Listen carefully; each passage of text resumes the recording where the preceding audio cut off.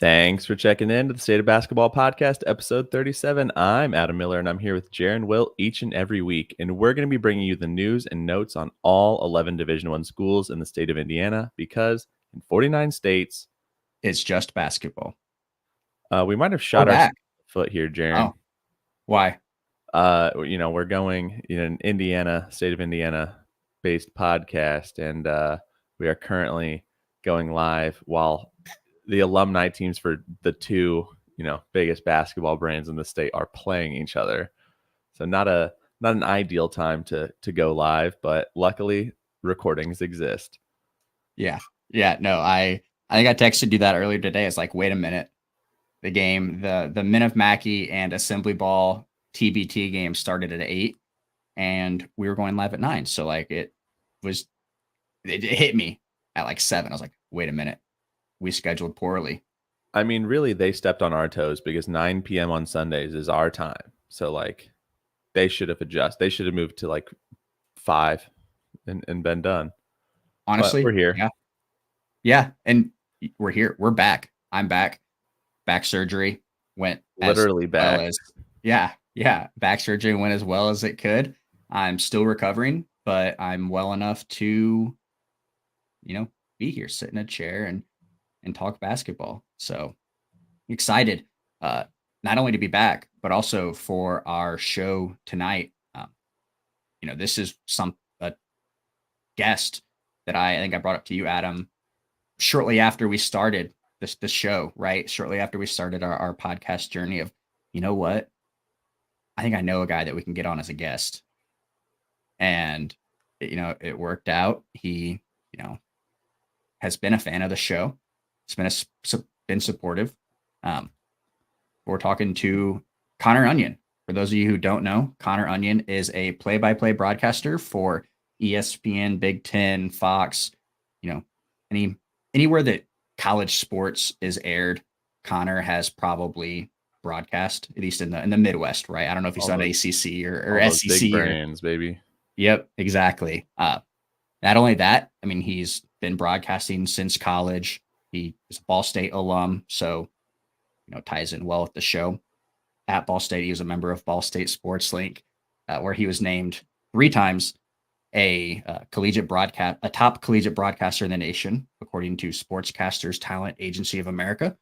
He was number 7 in 2015, number 16 in 2016, number 8 in 2017, one spot above a guy that we don't know him, Adam, but we're fans of him, John Fanta.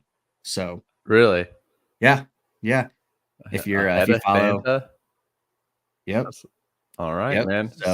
So we've stepped over Fanta on our guess. I like it. Exactly. The most impressive thing to me on his resume, though, is that he's a good friend of mine. He put up with me through college. Yeah, I mean, so he deserves, that's charity work. Yeah, but before we bring him in, I've got a little trivia for you, Adam. I'm going to put you on the spot. Okay. Did you know that you personally know someone else who was a STAA honoree? I personally know this person. You personally know this person. I'd say he's a family friend. Of my family? Of your household family. They were a student. So you have to be a student to win this award? Yep. Of my family. Your household family. Think of a broadcaster that you know. I know broadcasters. This is not even a joke. John Nolan. Oh, John G. Nolan. Yeah. John G. He in 2012 he was ranked number 2. Number 2. He was a junior at Syracuse. Wow. Yeah. When I was pulling the stuff up for Connor, so I knew he won when I was in college, but I was pulling up to make sure I had the exact numbers, and I was like, wait a minute. I knew John went to Syracuse. I wasn't sure how old he was, so I did some digging. Like I went back a couple of years to find it, but I apologize to John G. I was thinking well, I was thinking when you said family, I was thinking friends of my brothers and sisters. Okay. And well, that's why I said household family, thinking I was like complete other side. So Okay. not that I couldn't think of him. It's I was looking the complete opposite way. Okay. All right. That's fair. Well, let's go ahead and bring Connor in. Connor, welcome. Hey guys, I didn't know John Nolan was number 2 in STAA. According neither. to their website. Very talented voice of the Fort Wayne Tin Caps, and I know he's done a lot there in college basketball and in the G League too, where you Mhm. guys are at, right? You're both in Fort Wayne. Yeah, they moved, man. Stinks. Yeah, yeah. Sucks. Oh, that's I'm honored to be introed with John Nolan. That's a great tie-in. I appreciate that, boys. We're Yeah, glad to have you. I'm excited. It's like I said, Connor, I met you in my freshman year of college. You're a year older. So always someone that I looked up to and thought I was like, man, if only I had an opportunity to like broadcast, because what you're doing is so cool. Like I didn't have a broad opportunity in high school. We didn't have that at our school. And it's like, man, it's just, you're talented, and Well, your thank you. accolades in college and now professionally have shown for it. Well, I appreciate that. No, I mean, you're creating this opportunity now. I didn't know that you were gonna find a second career in broadcasting, and then we were just talking before we hopped on. You're coming up on the year anniversary of being a broadcaster, so congratulations to both of you. This is an awesome show. I think I told you guys both. I love the idea, and I think a lot of people around college basketball are starting to look at the State of Basketball podcast and be like, this is a prep tool. This is a prep tool for broadcasters now. So you guys are as locked in. I'm sure we're going to get into how I get ready for a game as we go on here, but this is a good resource that's making its way onto the airwaves of BTN and Fox and ESPN. So you guys are doing it big. No, we'll take it. Never even thought about it that way. I don't think we're just two regular dudes that sit in our offices and we're the chumps. Talk ball. I don't know about that. I bet there are a lot of people that are watching and listening to this right now that are double screening Men of Mackey versus Assembly Ball. And Jaren's one of them. I do have it up. You got your eye on it? Oh yeah. I couldn't not, right? Like I felt obligated to have it up. Obviously my focus is this interview, but it's, if your split focus is me and Yogi Ferrell, I understand. He's been electric, man. He's been so good. Jaren, we have the pleasure tonight of fighting over the number 2 spot for best voice on the podcast. So that's gonna be fun for us. We'll let the people weigh in on power ranking. 1 is settled, but 2 and 3 up for debate. So yeah, you mean a guy who gets paid to talk on air is number 1 already? That's not fair. Well, Connor, let's get into it, right? So I know I gave a very brief background of who you are, but give us a little bit more background of who you are, what you do, and what life is like. Yeah. So thanks to one of the schools you guys cover, Ball State. Shout out to Jaren Shirt. Shout out to his alma mater, where we met, of course. I learned there what it takes to be a play-by-play announcer. So it was, watching and calling Franco House hook shots at Worthen Arena that kind of taught me the craft. That's a poll that I don't know if many casual fans will get, by the way. Franco I don't House. think so. Yeah, it's it's niche. It's niche, but that was our freshman and sophomore year, Jaren. He was the best big man for James Whitford's Ball State Cardinals at the time. But those were some of the first games I called, and did 3 years of Ball State men's basketball and 2 years of Ball State women's basketball when I was a student there. And then that led me to starting my professional career in minor league baseball in Iowa, where I was with the single A team for the Houston Astros at the time. That was a team that had Yordan Alvarez, who hit for the cycle tonight, which I was watching right before I got on with you guys. So that was a really cool way to start my career. Did 5 years of minor league baseball, kind of in tandem with calling mid-major college sports. Most of that at Southern Illinois, where I spent 5 years down in Carbondale. right outside the purview of this show, just Yep. outside the border. We talked about Carbondale a couple times. Okay. All right. I don't know, with the way things are expanding, maybe they'll make their way into this podcast at some point. But that work led me into work with Big Ten Network, which of course has a partnership and is partially owned by Fox. So there's a relationship there that has helped me get in with the Big East a little bit. And then I've done 3 years at ESPN as well, doing done some ACC for ESPN. I've done some Missouri Valley, some Ohio Valley, some Sun Belt, and then college baseball and college football as well. So it's been a really fun ride, and that's kind of how I got to where I was at. It all started with Franco House and Francis Chiapwe and those boys back at Ball State. That's awesome. Yeah, it's that was a deep pull. I didn't forget about Franco House, but don't talk to him. He's not an everyday name. When was the last bring time up. you thought about him? You know? No, Yeah. that's a good point. I think it's because he probably gets as much wordplay on his last name as I get on mine. The first press conference that I was in when I was covering Ball State, James Whitford had just gotten the job, and his number one priority was Franco House has to lose some weight. So he said, we need to turn Franco House into Franco Apartment. So that's awesome. As someone who gets onion questions anytime I'm introduced to somebody, I'm sure Franco House gets the, haha, what's a lease on Franco? You know, yeah, some sort of question like that. So, well, I remember I think he got drafted, or he signed undrafted to the NFL, and as a tight end, right? I think, yeah. And I remember when that happened, I would have been in college still. And I just, in my head, I was like, I hope he makes it to the league, because I want to hear a Franco House takes it to the house call. It would have been too good. Right. They turned him into an apartment at Ball State, and then the NFL tried to turn him back into a house. I think that's how that went. That's awesome. Yeah. Well, Connor, we're glad to have you here. And just tell us a little bit about, like, why'd you decide to go into the field of broadcasting, and how long have you been doing this? Has this been since college, before then? Like, what kind of made you go into this field?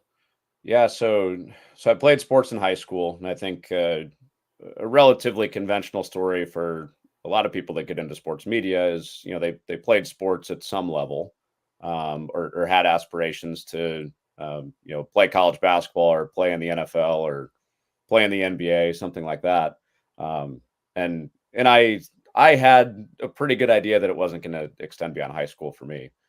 So I got done with basketball my senior year of high school in the Chicagoland area. And just kind of as a joke, one of the student broadcasters said, why don't you come call a game with me? And why don't I turn it over to you for a little bit to do play-by-play? And, I knew sports and I watched a lot of it, but I had no idea what I was doing. So the way I made up for that was I really just did a Gus Johnson impersonation. Okay. And any time somebody made a three, I was rocking back in my seat and I would just go, pure, like I was Gus. Hopefully that's a tape that's burned, but we got to dig it up somewhere. Yeah, right. But I did that one thing and never really had any aspiration of making that a career aspiration of any kind. And I went into my freshman year at Ball State hoping to walk onto the basketball team. And total long shot, I'm 5'11", $160 with a bad jump shot. So, Jason Grunkmeyer was the assistant coach for James Whitford at Ball State. And we actually had some conversations, and he said, send me your tape. We'll take a look at it, and maybe we'll have you in for a walk-on tryout. And I'm on that phone call. I'm thinking, man, I was the ninth man on my high school team. I don't have very much tape to send him. So, I still stayed on him and was like, I'd still love to come to the walk-on tryout and do that whole thing. Went to orientation my freshman year, or before my freshman year, played a couple of pickup games. There were some guys that were going to be scholarship guys, some that were also hoping to be walk-ons like me. And I was bringing the ball up 3 possessions in a row. I got my pocket picked, and I said, you know what? I don't think I'm cut out for this. So, and I had a lot of fun at orientation and knew that the social life in college was going to be appealing. So that was the end of my playing pursuit. And then it wasn't until sophomore year of college that I decided to try play by play. It was my roommate that kind of pushed me into it, and I thought I was headed down to marketing or maybe a psychology path. And I had a roommate, Tyler Bradfield, that said, "Hey, you love talking sports. I feel like you're pretty spontaneous in conversation. You think well on your feet. I think you've got a future in this." And he sat me down and kind of taught me the 101 of play by play. And then I tried out for the student radio position with Franco House and the boys for Ball State men's basketball, and ended up getting it. And that was kind of the thing that jump started my love for it. Was my sophomore year calling those games at Worthen Arena in Muncie. I didn't realize that. I guess my only memory of you was only ever, like I said, you were a year older, so only ever you were in Sports Link. And I Yeah, guess I didn't realize that I met you probably shortly after you just joined, not that you were there for a year already. yeah. I was in the sports media program my freshman year, but it wasn't really like it wasn't an all encompassing thing for me. Okay. I liked sports, and I thought maybe it would be cool, but it really wasn't until around the time we met Jaren where I was full in on trying to make it a full time career. Huh. So But I think that's a cool story though. Like, go ahead, Adam. What brought you to Ball State then? I mean, was it chance that basically you end up at one of the best schools in the Midwest for broadcasting, or was it the like potential of the basketball thing? It honestly, it was kind of dumb luck in that way with the basketball thing. Like I was going to open gyms for some Division III schools Mhm. between my senior year and freshman year of college, or maybe even leading up to that. Maybe that spring before I had even made a college decision. And I think trying to think of some of the schools like St. Xavier in Chicago. They were looking at me. Carthage College in Kenosha, Wisconsin. They were Mhm. interested, and I pursued it a little bit. Was going to the open gyms, was still working out, and it was a family friend that recommended Ball State, and I think they kind of knew that sports media would kind of catch my attention if Mhm. I went there. They didn't say that. They didn't say they've got a great media school. They just said, go check out Ball State. And I loved the campus. I still remember the first time I walked the campus, my mom came with me, and, um, I have an older sister, and she had just gotten done with that whole college process. And I kind of looked at my mom, and she was like, this is as nice as any place I've taken your sister on her visits. I think you should give this some serious thought. And I was right there with her. I loved that. I loved that Ball State was, it was 22,000 students, but it felt small. Not a lot of people from my home area went there, so I kind of felt like I was starting new. Not that I was trying to escape the people that I grew up with because I love them, but Right. it was just kind of this perfect fit, and kind of dumb luck that I ended up at Ball State, and ended up finding what I really really love to do now. Jaren, this just reminds me of every single coach we've talked to where there's just some weird thing where they just either, just get a call or happen into something that this ends up being like the job or the career. Yeah. And it's like Well, every time. well, I was gonna Weird. say that's before I kind of handed it over to you, Adam, it's really cool that that's a trend, right? We heard about it with Coach Miller on how he drove through the night across the Mhm. country for an interview with Trine. Coach Sprue, his whole Hawaii Yeah, just taking like a adventure. videographer job. Yeah. Yeah, like I think that's awesome. So just don't plan on going into it, right? Or don't plan on aiming for your end career. Just try something and you'll end up there, right? That's what this means. So we can take from this. Yeah. That's what I've gathered. I Uh, uh I got to give some love to another guy that kind of was part of that formula too. Luke Martin. I don't know if I'm sure that name's familiar to you, Jaren. He was at mhm. Ball State for a couple years when you were. He's now the voice of Southern Illinois.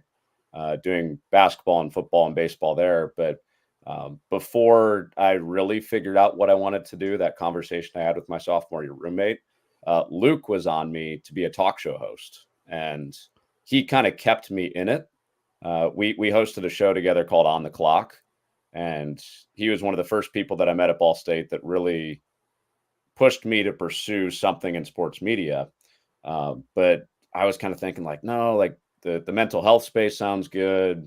Maybe I'll go to business school, but kind of the combination of Tyler and Luke, they pulled me into it. And it's funny because Tyler got out of the play-by-play business about a year after school, but has been a huge supporter of mine. And then Luke has been a guy that I can pick up the phone anytime and we can kind of trade notes since he's still in it. So I should have included that part in the first run through of how I got to this point, but Luke was definitely formative and get me to where I'm at. That's awesome. And that kind of leads into our next question of, what advice do you have for people who may want to get into broadcasting or aren't quite sure if broadcasting is for them? Yeah, I think go do it. I mean, there's so many ways where you can quote unquote do play-by-play without actually being on the air. You guys have created this show, and with streaming and with voice memos on your phone, there are a lot of ways where in play-by-play you can kind of create opportunities for yourself.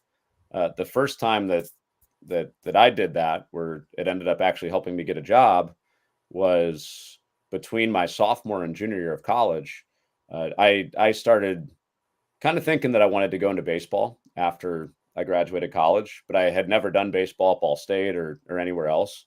So I sat at a minor league baseball game in the upper deck by myself and called a game into my phone.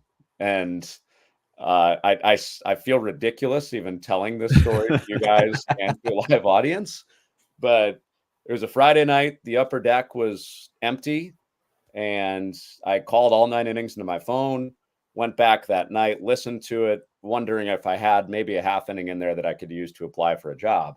And it was all crap. I didn't like anything that I heard. So I went back the next night, and this is a Saturday night, middle of the summer. And I went to the same spot in the upper deck thinking it's going to be empty again. Little did I know it was dollar beer night. Oh no. So not empty. So I like filled out my scorebook before the game. Like I'm going to go live on the air. There's nobody really around me, but I get kind of deep into my scorebook and filling out the lineup. And I look around and there's a couple on my right, a couple on my left, a couple in front of me, a couple behind me. And I'm just another person in basically a sold out ballpark. But I have my phone up to my mouth and I'm calling a game. So the first 3 or 4 innings, I'm just like whispering into my phone. And then like by the 5th inning, I kind of got comfortable and started projecting a little bit. And there was a big home run. And I think it was a double date going on in front of me. And the whole double date kind of turned around and like gave me an applause. So I'd say that was one of the first risks I took.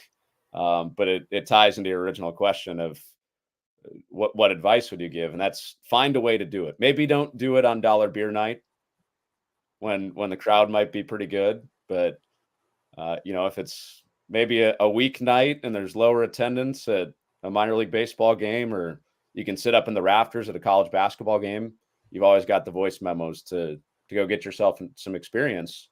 And I ended up using that tape to get my first minor league baseball job. That's awesome. Sometimes the play-by-play is, what I miss when I go to a game in person. The play-by-play and I miss the commentary. So maybe I just need to go to games and sit by you, or find the aspiring people and sit by them so I can get the added flavor. I promise Jaren can vouch for me. If you go to a game with me, I don't sit there and commentate. He does not. That's overtime. Right.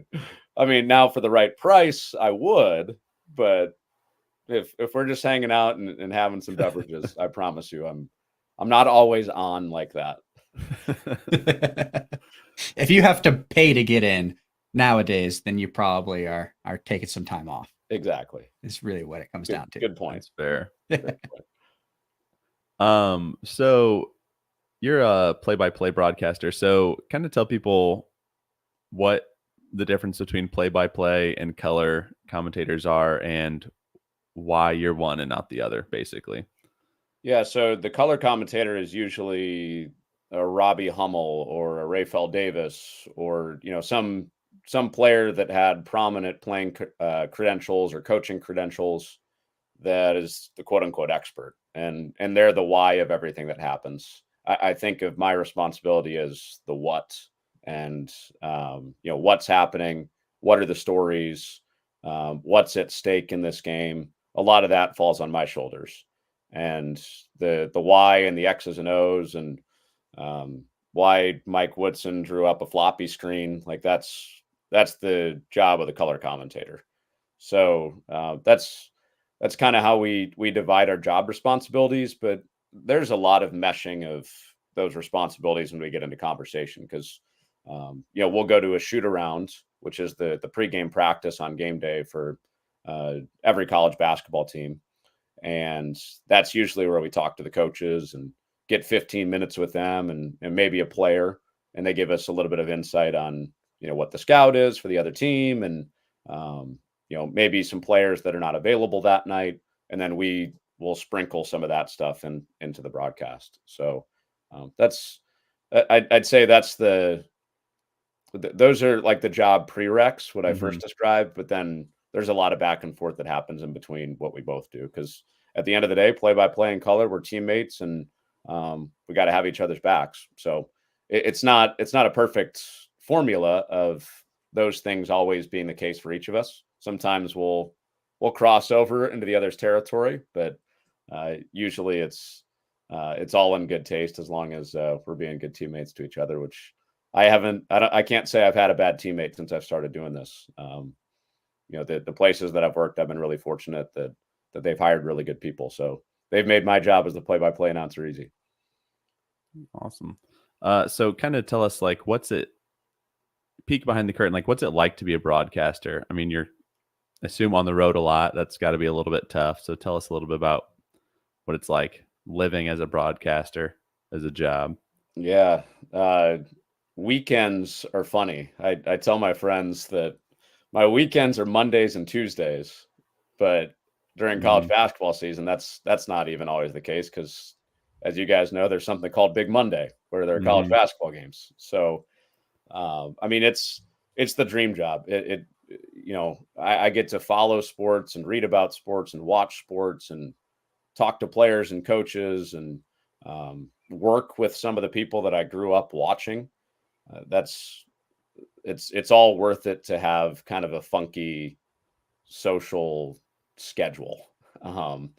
I've been lucky that, I've had super supportive girlfriends, super supportive family and friends. And, my parents have helped me move 4 or 5 times since college. So it's definitely not normal, but because of the sport that I've had, it's all been worth it. So no, I wouldn't want to be doing anything else. It's funny you bring up the whole Monday, Tuesday as your weekend, because I can attest to that. Like, I know on several occasions since we've graduated college, our friend group trying to get together to do something, plan something, whether it's a bachelor party or just a get together to go watch the Cubs or something. It's like, okay, before we plan anything, let's find out Connor's schedule. When can Connor make things? When is he available?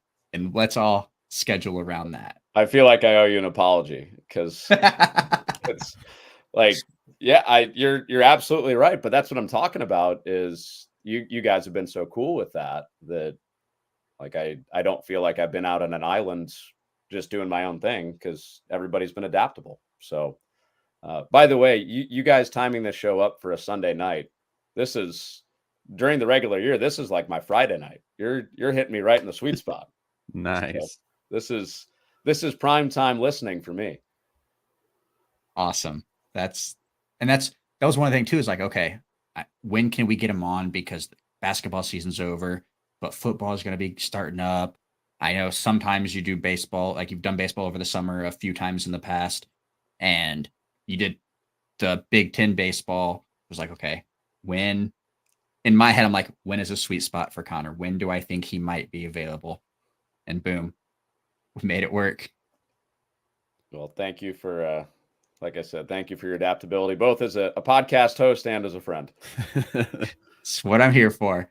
So you talked about your teammates, right? Your color commentary teammate. Last season, you got to be on the call with a legendary player, coach, commentator, Bill Raftery. I can only imagine it had to be cool, right? I mean, especially because his affinity for onions, right? He had Connor Onion. What was that experience like?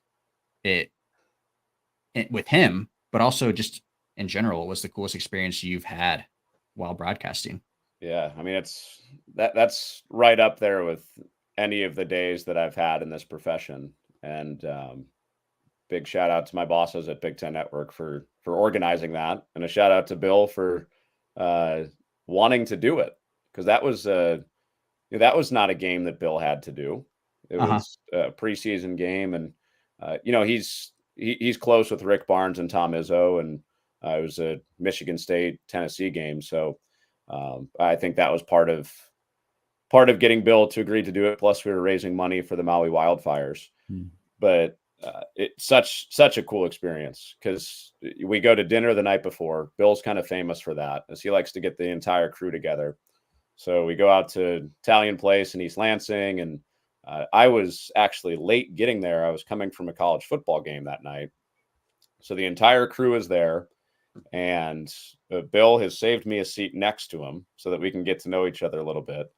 And I'm driving there, and I'm thinking, I got to say something funny about onions when I get there, right? Like, that's got to be my icebreaker when I meet Bill Raftery. Right. So I'm workshopping stuff in my head, and nothing really comes to me that is good. So I just kind of settle on, I'm going to just go up and say, "Hey, Bill, I'm Connor. Nice to meet you."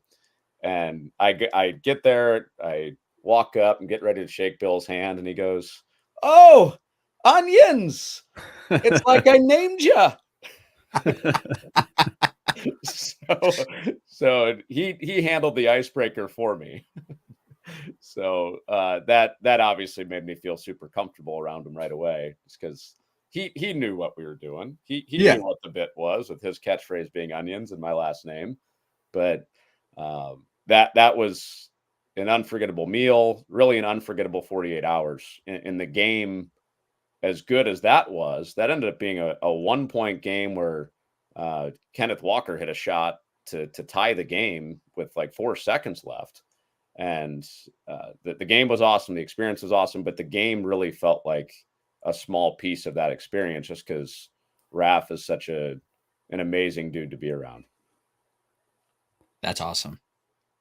When I found out that you're doing that, I watched the game just because I wanted to, okay, when is there's going to be some kind of, he's going to say onions, but he's also going to reference Connor. Like, what's that kind of the back and forth like that? But it was cool. By the way, I said Kenneth. I meant Tyson Walker, Michigan State. Yeah, my brain went to 2011 UConn for some reason, but Tyson Walker. And you gave him an onion. I remember seeing that on the broadcast. You love it. I did. We were at the shoot around that morning, and the producer we were working with had a pretty tight schedule that he was going over us with, because that game we mic'd up players live during the game. We had Tom Izzo and Rick Barnes, the two coaches, on headsets at the same time, talking to each other while they're coaching against each other. Really? So we had a lot of specialty items going on. So there really wasn't a lot of room to kind of dig into the Bill Raftery onions thing. But fortunately, he reasoned with me. I was like, just give me 30 seconds at halftime. We've got to do something. So he was nice and gave me 30 seconds at halftime to present him with an onion and say, I've got a gift for you. It's a gift from my family. We thank you for naming us. And then I presented him with a big onion. And Bill loves anything that's fun and kind of off the cuff.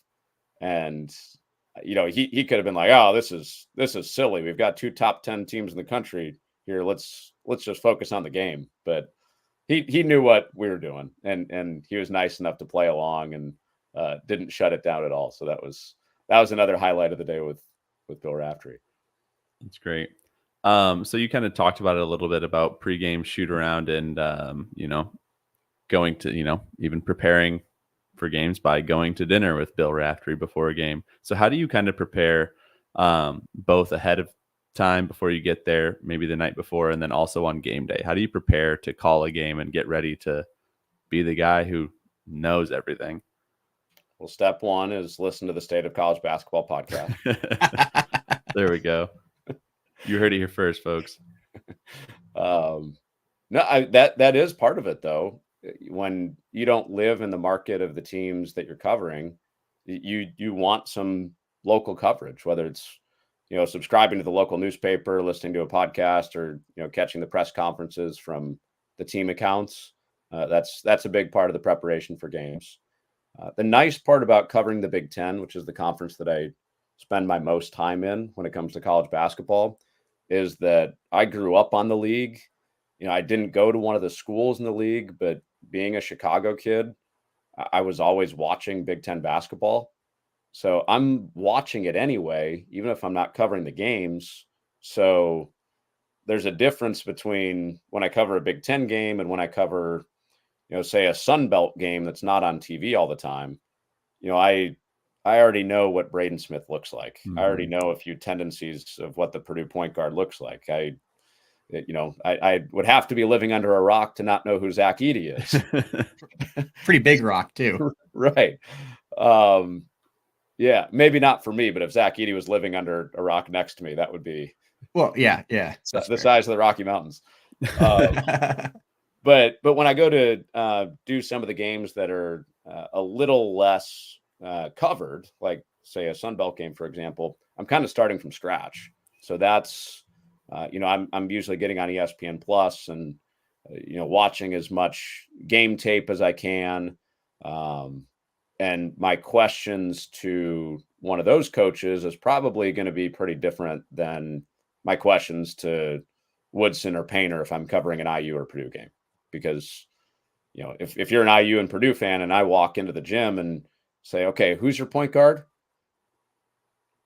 We're in a bad spot when it comes to connecting with the Purdue and IU fans. So it kind of, to answer your question, Adam, it kind of depends on the event that I'm covering. But if it's a Big Ten game, it's a little bit deeper than some of the leagues that get a little bit less exposure.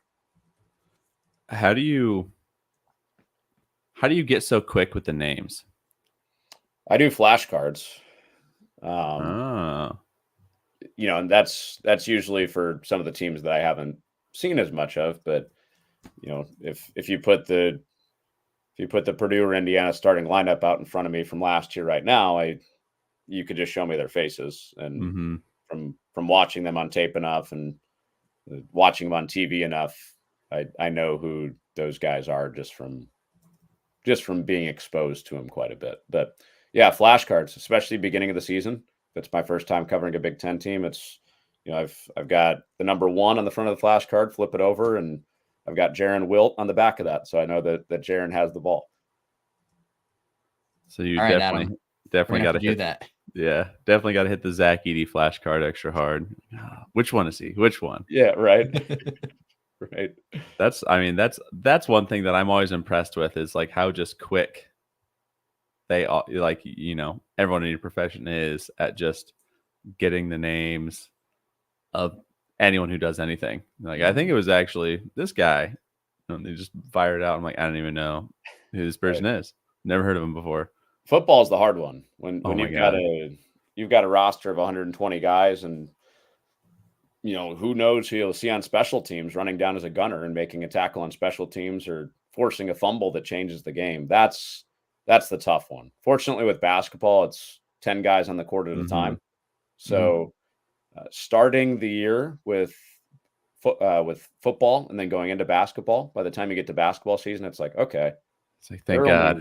There are only maybe 20 guys that I need to know going into this game, where that's just one unit in football. If you know the starter and the backup on one team's offense, you're only a fourth of the way through your memorization work in football. But in basketball, you've got everybody that you're going to see that night.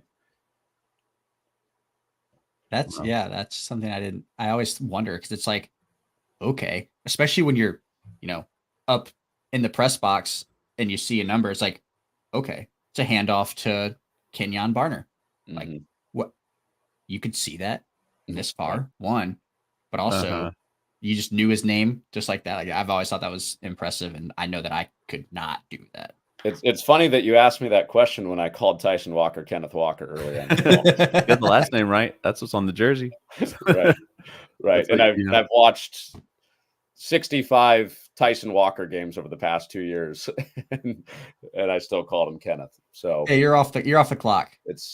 You can tell it's July. Yeah, exactly. You haven't made your flashcards yet. No, I shouldn't need one for either of those two guys, though. Get a bunch of broadcasters in a room and have them sit around and name athletes, and they'll go for years. Yeah. Immaculate Grid. I don't know if you guys have played that, but Immaculate Grid was like the game made for announcers. Yeah, I suck at it. I can't do it. That's too much for me. It's a good time though. It's always fun sitting there just like, okay, I think this person, but then, okay, they played for the Cubs and then played for the Cardinals. But then there's ones that, like, when I know, it's like, okay, I know Wilson Contreras, but also there's got to be someone deeper. Okay, Dexter Fowler. Well, there's got to be someone who's less known. And that's where I sit there and it makes my brain break. And Andy Bennis, shout out Evansville, pitched for both of them. There it is. I got impressive. So let's take a look at a smaller lens, right? We are an state of Indiana basketball podcast. I know you've been to Assembly Hall, you've been to Mackey. Have you called games in any other arenas in Indiana? So I should know this because you guys talk about this. There are 11 Division I college basketball schools in Indiana. Quick run through in my mind. So I've been to Purdue, I've been to Indiana, did my first game at Hinkle Fieldhouse last winter. And then Ball State, of course, called games there as a student. I've called games as a student and since I started my professional career at Valpo. Okay. Same for Indiana State and same for Evansville. Okay. So I've got 7 of the 11. I don't know if you'd count this, but I went to Notre Dame basketball camp as a kid. I haven't called a game there, but I did go to Mike Bray's basketball camp one summer. And then Purdue Fort Wayne, no. We're calling it IU Indianapolis now, right? No more IUPUI. Yep. I have not been there. And then Southern Indiana, which is the newest one. I have not. I've done a USI game, but never at their place. So I think I'm missing 4 out of the 11 Indiana schools. That's pretty good. Yeah. 7 and 11. It's more than I've been to. Yeah. The world tour starts for you guys in year 2 of this podcast, right? Yeah. Once Jaren, once his back is all better, the arenas are ours. Let's go. Yeah. And luckily we've had the opportunity to build relationships with quite a few coaches now too. So that makes it a little bit easier. I'm sure. I guess just as an aside, Adam, I've talked about being to the Ford Center. I don't remember if you were calling the game, Connor, but I feel like me and Ian drove down for a Ball State Evansville game and at least met you after the game. I wasn't calling or not. Yeah, no, I wasn't calling that game. I just went because I was living in Carbondale, Illinois at the time, and I was 2 hours away from Evansville, and Ball State was playing over there. So I just made the drive over and met you fellas over there. And no, that was one of those games, Adam, where I was watching it and I was not calling the game. I was just watching for enjoyment and let everybody in my row watch in peace. It's respectful. Respectful of you. Right. Yeah, I just couldn't remember. I know being there and I know you being there, but I couldn't remember if we sat together or what the like circumstances around it. I remember like going to get drinks after the game, but that's like I think as far as my memory You guys had goes. much better seats than I did. I bought a ticket up in the corner and I was in the nosebleeds, and I think We were you pretty guys had, close. yeah, you guys were behind the Ball State bench, if I'm not mistaken. We were either behind or again, memory is a little hazy, or on the like behind the basket, just kind of adjacent to the Ball State bench. Okay. I think is what it was. But again, that was 6, 7, 8 years ago. Whoever the little guard for Evansville was, I say little, he was like my size. Little in basketball Yeah, world. right. Whoever the guard was in that game hit Ball State for like 30 points. Do you remember that, Jaren? Yeah. I remember because I think Ball State lost. Yeah. But like we went to the game, expecting Ball State to win, and I couldn't remember, who, but I remember someone just absolutely lit Ball State up. Yeah, I want to say it was like a grad transfer from a Division III school, and he crushed Ball State. Nobody had ever heard of him. Smallest guy in the court, and he just destroyed Ball State. I wish I could remember his name. Anyway, I should have come prepared. That's my bad. Yeah, because yep, you should have remembered that very specific situation. Should have. Can't believe you didn't. So what's your favorite that you've been to of those that you've gone to? Gosh. It's hard to beat Hinkle. I would have hoped you said Hinkle. It's really hard to beat Hinkle. And, maybe if it weren't the game that I had, I would feel different. But I had Butler against UConn there last year. And Butler led at the half, and they led for a lot of the second half. And then Cam Spencer just went nuts, and UConn ended up winning. But held UConn to single-digit wins twice this year. Hang the banner. Right. That's better than anyone in the NCAA tournament did. Yeah, it's a good point. It's a good point. If not for that 30-0 run, then Illinois might be hanging a banner too. But yeah, I mean, as somebody that grew up going to Major League Baseball games at Wrigley Field, to me, Butler and Hinkle Fieldhouse is the Wrigley Field of college basketball, just with the history and all that. But I don't know. It's hard. It's really hard to pick because Mackey and Assembly Hall are like you get chills walking into those two places, and that's not even an exaggeration. Like the first time that I did games at both of those places, it was it felt like the first day on the job where you have butterflies leading up to tip, just because you know how loud it's going to be, and those were the arenas that I grew up watching hundreds of games in on TV, and to be the person sitting courtside and calling games at those two spots is that was a surreal feeling at both places. Yeah, I was hoping you would say Hinkle.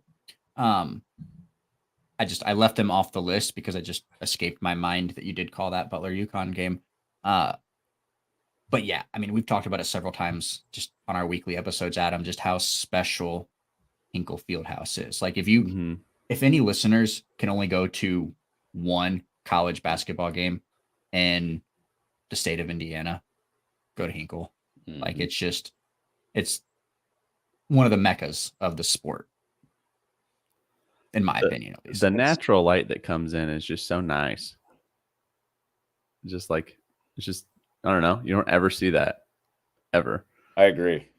Just like you got those big windows, and then like the upper sections, if no one's up there, they're just dark, but you can still see up there. Like it still feels like smaller, but it's obviously huge. It's disorienting the first time you walk in there too, because you look at it from the outside and you expect the court to be facing the other way. Yes. That really got me. I had been in there for games before I had called a game there, and I felt like I didn't know my cardinal directions after walking in there. It is, yeah, like it is, I guess, very disorienting now that I think about it. And I've always thought that and felt that, but yeah, I just kind of forget that that's how it's, oriented. But someone from our Twitter chat did remind us Shay Feehan, the guard from Evansville. Is that an Evansville fan that said that? Oh, it's Braden Pretch. I know Braden. Braden's one of the best. You guys know Braden? It's coming through. I'm not familiar with Braden. Yeah, no, I don't think so. The name Braden rings is a bell, but Braden's a TV producer. He did the Evansville games for I'm going to mess up the years, but he was there while I was at Southern Illinois, and now he produces college basketball and college football out of Indianapolis. So he's I'm not surprised that he got that right. Well, you were off the clock that game, so we'll give you the pass. We'll give you the pass on that one. I just saw he wrote the name Shamar Givens too. I hadn't heard that name in a minute either. We're looking at the same chat, right? Yeah. Yep. Okay. Yeah. Hi, Braden. That's funny. Yeah, I'm curious as to obviously you talked about Mackey and Hinkle and being at Assembly Hall. So what's the best just college basketball environment you've been in? That game I did with Rath was at Breslin Center. Mm-hmm. And when that game got inside 2 minutes, it felt like there was an earthquake happening. I could feel the floor shaking. And that's probably the loudest environment I've been in. And it's all, it's all relative to how good the game is, who the opponent is, what time of year it is. But the reason that one sticks with me is because that was a preseason game. Mm-hmm. That was an exhibition for charity that they were playing against Tennessee. And the Michigan State students got up for that game. Now they had a top 5 team and there was a bunch of excitement. They were playing a top 10 team. The game was amazing. And then, my first game at Assembly Hall was against Jackson State, who hadn't won a game to that point. And I think it was the game before North Carolina for Indiana a couple years ago. And it was Thanksgiving break, and not all the students were there. But to that point in my career, that was the loudest environment I had been in. And that was for one of the games that wasn't a marquee game. So that kind of sticks with me too, I can't imagine what this would feel like for the Purdue game. Mm-hmm. So, at some point, my hope is that I get to go back to Assembly Hall for a close game late against a Big Ten team where it's full throat in there. And then, Mackey Arena has kind of been the same, where I haven't done a Big Ten game there to this point, but the crowd still gets to however many decibels they have on their thing that does the reading when it's a non-conference game right before New Year's. So I don't think I can fully speak to that question until maybe I do a Big Ten game at Purdue or Indiana. But to this point, Breslin Center is definitely the loudest place that I've been in for a college basketball game. And do you remember the score of that game? The Michigan State Tennessee game. It was a 1-point finish. I want to go with 89-88. Yep. Tennessee pulled it up by 1. See, I should have known Shay Feehan. Well, you were clocked in for this one. True. So what's the best environment? Maybe it's Michigan State as well, but what's the best environment, not just college basketball, but any game you ever called? Maybe it's one, maybe it's even one that just means the most to you. Yeah. Another close one would have been Illinois Northwestern this year. It was Terrence Shannon's first road game back from his suspension. So understandably, there was some heckling going on at that time. And it felt like a state championship game. And being fortunate enough to do some of the regionals when we were in college for high school basketball in Indiana, it had the feel of, I think I did like one of Ryan Klein's games when he was at Carmel. I think it was like North Central against Carmel or something like that. And I just remember it was, it was back and forth with the student sections, and people just never stopped yelling during that game. And that was the same thing for that Illinois Northwestern game. And I think that has a little bit extra meaning to me because I grew up in Illinois and I had friends that went to both Northwestern and Illinois. And I honestly did not care who won. I was just hoping that we got the game that we got, which was, I think both teams were shooting like 60% at one point during the game. The shot making was incredible. Boo Buie did what Boo Buie is known to do in big games and just went nuclear. Marcus Damask dunked on the Northwestern big man, and that got the Illinois fans going. And it was an awesome night. and I got to do the game with Robbie Hummel as well, which made things that much more fun because he's amazing at what he does. That's one that sticks out to me to answer your question in a really long-winded way. No, and you got, Marcus Damask, that goes back to your days with the Salukis. So I bet that felt nice. Yeah, no, it was cool because I'd say one of the first big moments I ever called in college basketball was a buzzer beater that he hit at SIU his freshman year. And that shot that he hit ended up on my resume reel as like the first play. And that was the reel that ended up getting me my first shot at Big Ten Network. Okay. So I've joked with him. The first Illinois game I did this year, I said, hey, it's nice that we're both here now because you kind of helped get me here with that shot that you hit. And I think he was like, yeah, whatever. Like he was being humble. He was being humble about it. But if that moment doesn't happen, maybe I end up at Big Ten Network at some point. But maybe the timing doesn't work out to where I get to call his games at Illinois, or maybe it happens years later. So, Marcus, if you're listening out there, thank you again. You should have asked him to do it again. You guys could have propelled each other's careers once again. Right. No, he doesn't need any help. I think he latched on in summer league with the Bulls, and I hope he makes a team because he's going to be a great asset for somebody in the pros. Yeah, I loved watching him.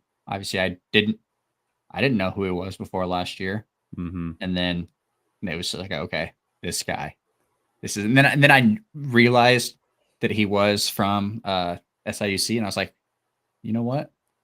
I bet Connor called his games, and obviously he did. I would have to look up his averages against teams that are represented on this podcast, but I bet they're pretty good. I'm sure playing a bunch of Indiana State, Evansville games throughout the years, Valpo, yeah. I want to say now you're going to think I'm Rain Man or something for this, but I think he scored 26 points against Butler in 2020 when they upset Butler at Hinkle Fieldhouse. In 2020, trying to I'm gonna research this while we go forward. But we do have a live score update on the Assembly Ball Meta-Mackey game, Jaren. Assembly Ball comes out with wins with the Elam ending 68-55. So Assembly Ball, the only team still going for the state of Indiana. Yep. Since Butler lost earlier today, the All Good Dogs lost earlier today. So that means Tajay Teague is out of the tournament. Ball State guy playing for Meta-Mackey. Yeah. It's funny how those teams come together because it's like, okay, how do you? Obviously, this is just a tangent, but how do they make those connections of like, hey, bunch of Purdue players, you went to Ball State. Do you want to come play for our team? Or like Julian Gamble playing for Assembly Ball, having graduated from the U. Did Robbie rip off his suit at any point the last couple of days and run some fives? Suit up. No, he. No? I think he was having a grand old time sitting there with Matt Schumacher. It was funny on Friday. Matt said, our schools, but remember, we're not biased here. But just because Butler, yeah. Butler and and Purdue. men of Mackey both won. So That's good. All right. I've got Marcus's line here. What was your call on it? I wanted. Okay, so I think it was the 7th game of the season. This was the COVID season when a bunch of stuff was getting canceled. I want to say it was around December of 2020, and he scored 26 points in an SIU win against Butler. It was December 21st, 2020 at Butler. They won 76-73. He went 11 of 20 from the field, 55%, had 26 points. Let's go. that's incredible. level. It's that, and that's why you're doing that. That's why you are where you are. Yeah, I exactly. should probably leave some room in my brain for some more important information. Like Tyson Walker's name. Thank you. Good callback. I deserve that. So I guess you talked about wanting to call a Big Ten game in Assembly Hall, a Big Ten game in Mackey. But are there any, bucket list schools or rivalries that you hope to someday, be on the call for? Yeah. I'd love to do the NCAA tournament. I think that's anybody that covers college basketball would probably tell you that. But yep. That would be a career moment for me if I could ever do that. As far as an individual rivalry, yeah, Purdue, Indiana, of course. I'm not just saying that because I'm on here.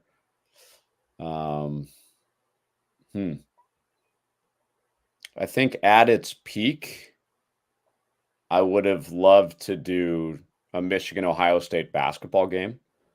I'm thinking like the Trey Burke versus Aaron Kraft Ohio State Michigan rivalry. Just because I feel like the hate from football spills into that. And it's not like if you're talking about Big Ten basketball rivalries, that's not the first one that you think of. You of course always think of football. Purdue and Indiana probably is the one that you think of. But if those two schools get back to a point where they were in the early 2010s, I would love to be courtside for something like that.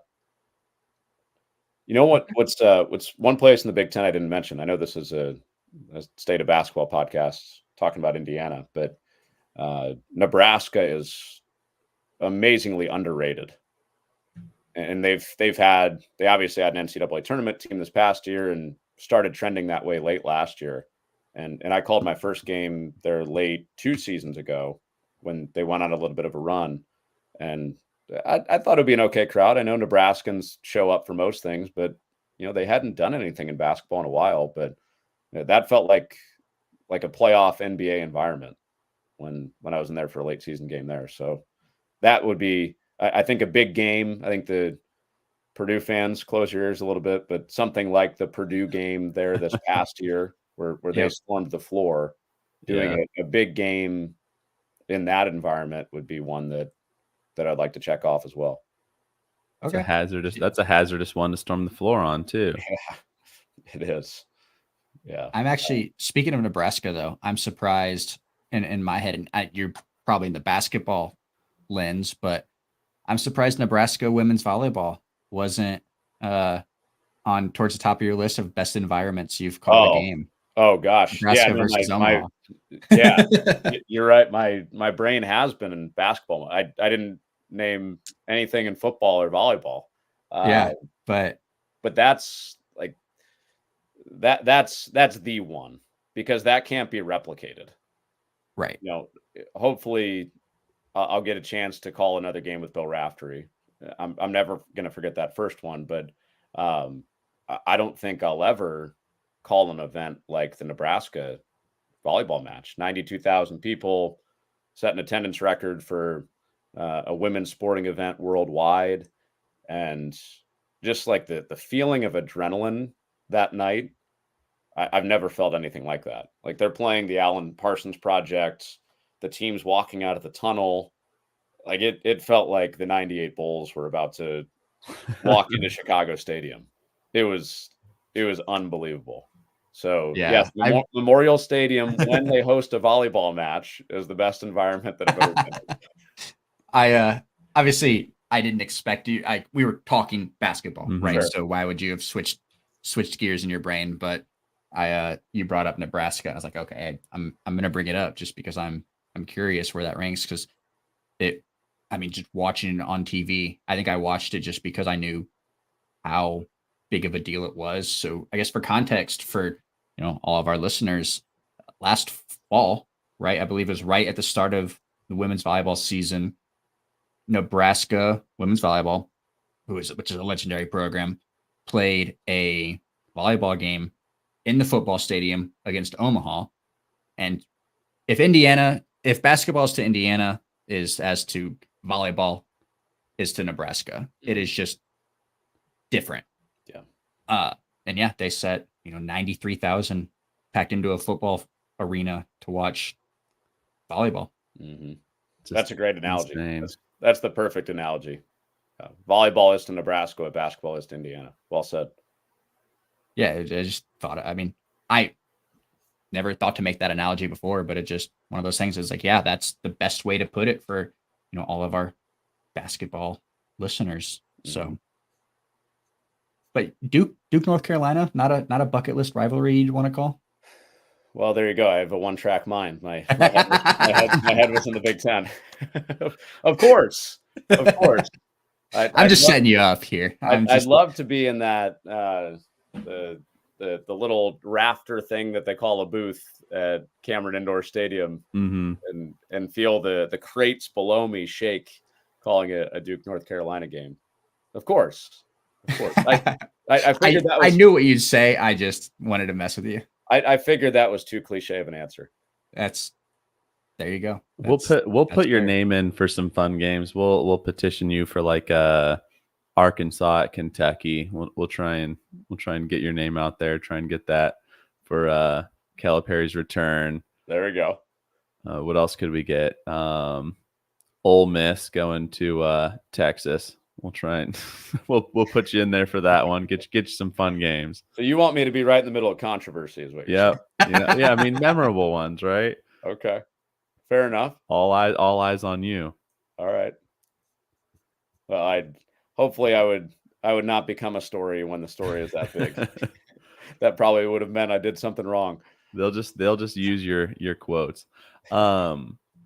So I had another question for you, and now it has completely slipped my mind. You got called up to the majors, right? Mm-hmm. What was that like? Yeah. Talking to you guys about all this stuff, it's like, man, I was grateful for the last year that I've had, but yeah, man, it's hard to pick out like your favorite one when you've been as fortunate to do as many awesome events as I have the last year. But that was one that, because I started in minor league baseball and I was making $600 living out of my boss's basement, my first job out of school, calling those single A games, like it kind of felt like those moments had kind of come full circle, especially because I was covering the Houston Astros, the team that I had started with. So yeah, I thought that because of all those factors and kind of where I began, and I grew up a huge baseball fan, that I might get into the booth and I might have some sweaty palms and shaky limbs and that sort of thing. But AJ Pierzynski and Ken Rosenthal, who I worked with, were so good to me. And we got to spend some time together Friday at batting practice the day before we did a game that Saturday. And I just felt really at ease because, I think partially because I had called so many minor league baseball games, maybe partially because I had called some games in front of a crowd at Dollar Beer Night, like we mentioned before. So I've been in some uncomfortable spots before, but I feel like I've said that a lot when we've talked about the volleyball match in Nebraska, the game with Bill Raftery, but also this game that I did at the big league level for the first time. It's a day I'll never forget. It was surreal when I got the call that was going to happen. And Jaren knows my wonderful girlfriend, Danielle. We go back to the Ball State days. She was there when I got the call, and she's like, let's pop some champagne. We got to celebrate this. And I was like, oh no, I got to watch Chaz McCormick and Jose Altuve at that. So I went right into prep mode and locking in now. I think I still owe her a glass of champagne to celebrate all the support that she's given me. And yeah, that was a moment in a game that I'll definitely never forget, along with the others that we've talked about. Yeah, that's awesome. And Connor's not kidding when he says that if Danielle offered champagne and he turned it down, get right into looking. That's Connor to a T. That's he. So what you're telling me is I need to be more fun. No, that's not what I mean. That's not what I mean. I just mean that He's just saying you can do both. And yeah, it's called balance. You're right. Yeah. But no, you're built different. Going back to one of our earlier questions, what advice for people? It's, go all in and figure out what you can do to just propel yourself up to the next step. Yeah. And I mean, you probably don't end up, I mean, obviously you work very hard on your career and it shows, and you probably don't get that call if you don't have that mentality where you're like, I gotta clock in right now, get ready, because this is a big moment. But well, thank you. Thanks for saying that. I remember my other question. Big Ten's expanding. You're gonna be getting shipped out west here. You're gonna be calling some Western, some West Coast games, maybe. I hope so. Get some good trips in. With it being July, we're probably, I don't know, 3 months away from knowing exactly where I'll end up, but I sure hope so. And I'm a little disappointed, not to call out one of the new schools in the league. I'm a little disappointed that they scaled down the Oregon court a little bit, and it's more tame than it used to be. Yeah. I wanted at least one trip there where they still had the full on tree branches and whatever else they had going on there. But no, I'm super excited. It was funny because just by chance last year I took a trip where I flew to Seattle and then drove down the coast from Seattle to LA and actually stopped at UW. The drive down to LA took me through Eugene, and then I ended up in LA where USC and UCLA were. And we knew at that point last summer that USC and UCLA had already joined the league, but we were about a week away from Washington and Oregon moving to the Big Ten. So I was just curious. I was poking around at, for all I knew, Pac-12 schools. Yeah. And about 2 days after I flew back to Chicago from LA, it was announced that Washington and Oregon were joining the league. And I was like, oh, okay. I guess I got a little work preview without actually trying to. So, of course, I'll go wherever the bosses send me. But with those schools coming in, it's obviously super exciting for the league, and I'm lucky to cover the Big Ten, and hopefully I can get out there a couple of times this year. That'd be cool.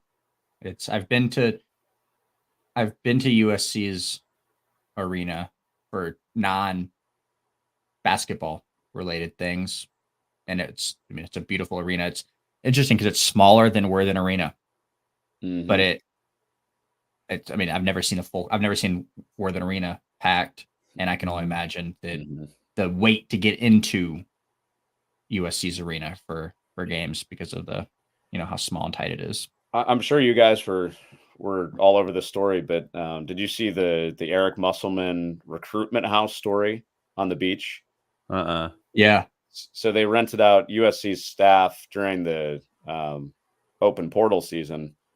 They rented out a beach house for a month, and the entire coaching staff was there. This was right after they got the job. We're trying to build their roster, and they took recruiting FaceTimes. Oh yeah. From their back porch with just miles of beach in the background. Genius. Yeah. Genius. Yeah. And then I think they got sick of living in their version of a coaching frat house for a month, and then eventually they got their own places, but it was after they finally had their roster set. So that was not something the Muss Bus could have done in Arkansas. Yeah. Smart guy. He's an LA guy, man. He knows. He knows how to work it. I knew they rented a house. I didn't realize that they were, thinking that far in advance of using that as a. I had heard about the recruitment FaceTimes that they had done with everybody. Genius move. Well, do you have anything else for our listeners, or anything else you want to say? Let the people know. Any advice? No, I feel like we've emptied the tank here. Hopefully they didn't click us off. I'm sure at some point we'll be at a game at the same time, and would love to see you guys in person, and maybe we can hang out on press row a little bit. But I love what you guys are doing with this. I know I told you at the beginning that I feel like this is a really cool concept, but excited to see platform you guys have built here continue to grow, because there's obviously a hunger for hoops in the state where you guys live, and I'm sure the listenership and this little venture you guys are on is only going to get bigger and bigger. Yeah, I hope when Jaren finds out what games you're calling, we'll definitely try and get some press passes to one or two of them and try and link up. We have to get a little bit lucky. We're a little small operation here, so we'll put you down as a reference out there. Like, yeah, we'll come to this game. We Feel know free. Connor Onion. Connor Onion said it'd be okay if we got press passes. Well, like Braden Pretch did during this little session we've had, you guys will just have to scribble me notes during the game, and that'll be that'll be a way to get you guys a press pass. There we go. We'll sit right behind you. If you're ever calling a game on any of the 11 schools, just get a hold of me, and we can feed you some notes and go from there. Sounds good. Yeah, hopefully, I don't know, maybe we need to set up a showcase of the 4 schools I haven't been to, like a 4-team MTE or something like that. Notre Dame, Purdue, Fort Wayne, IU, Indianapolis, USI. Can we get that done? I don't think we have the poll quite yet. The Field of 68 has their tournament. Yeah, they'll tell you that there's they've got a little bit of a bigger budget than us. Yeah, those conferences there between the Fort Wayne and IU Indy, they'll shoot it down right there. I'm sure that's the only thing holding it back. Otherwise, they would sign on for us. That's it. Well, in 2030, maybe we'll have the State of Basketball Podcast Invitational, and we've talked about it. I'd be able to die happy. A cool thing that we'd want to do. We've had some of our fans and followers on Twitter. Someone even came up with a potential bracket for a tournament like that for us. So who knows? You already got, you've got some loyals out there then. People, and we know someone who can be the broadcaster for it. So that helps. I'm in. We'll get you and John G. Nolan out there calling the games. Let's go. Be a good time. Let's go. It's the dream. There you go. Well, thanks, Connor. Appreciate you taking the time after.